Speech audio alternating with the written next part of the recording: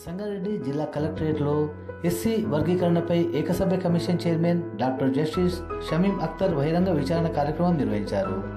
ఈ కార్యక్రమంలో జిల్లా కలెక్టర్ క్రాంతి వల్లూరు, అదనపు కలెక్టర్ చంద్రశేఖర్ మరియు జిల్లా ఎస్సీ కార్పొరేషన్ అధికారులు, ఎస్సీ కుల సంఘాల నాయకులు పాల్గొన్నారు.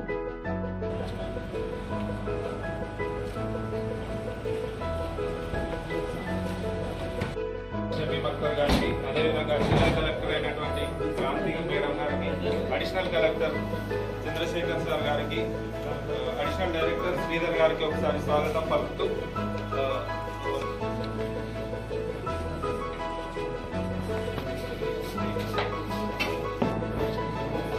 ఎస్సీ బహుళాల వర్గీకరణ మీద అభిప్రాయ సేకరణ కొరకు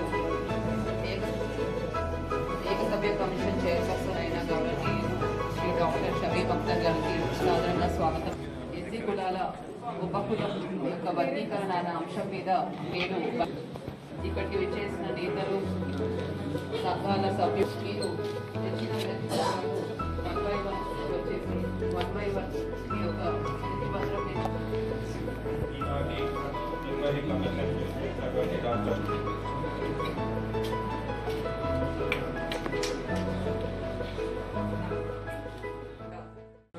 ఈ బహిరంగ విచారణలో మీరు వచ్చి చెప్పగలరు.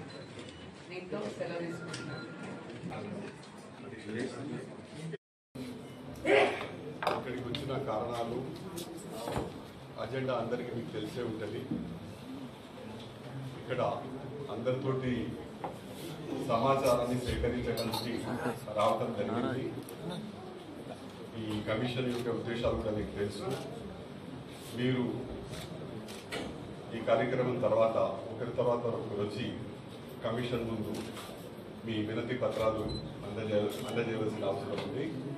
మీరు కమిషన్ ముందు వచ్చినప్పుడు ఫ్రీగా, ఎలాంటి టైం లేకుండా మీరు ఏది చెప్పదలుచుకున్నారో స్పష్టంగా మీరు చెప్పండి. మీకు సఫిషియంట్ టైం కూడా ఇవ్వడం జరుగుతుంది.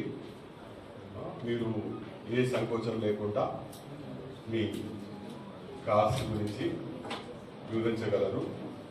అదే మా యొక్క ముఖ్య ఉద్దేశము.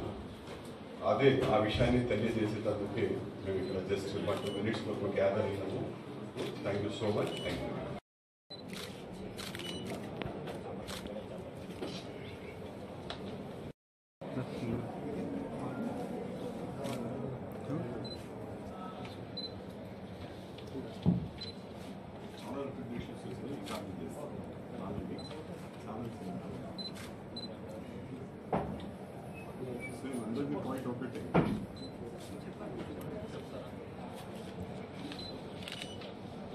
సార్కు మా సంగారెడ్డి జిల్లాకు వచ్చి మా దళిత సంఘాల వాయిస్ తీసుకున్నందుకు ప్రత్యేకంగా కృతజ్ఞతలు మేడం గారికి.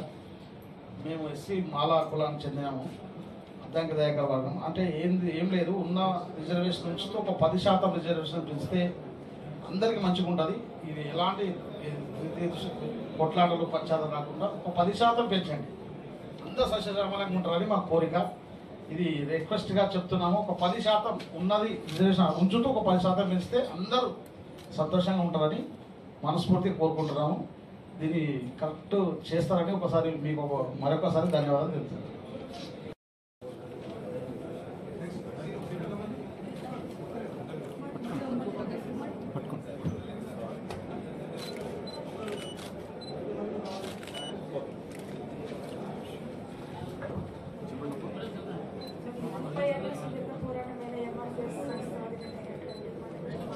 ఆదేశాల మేరకు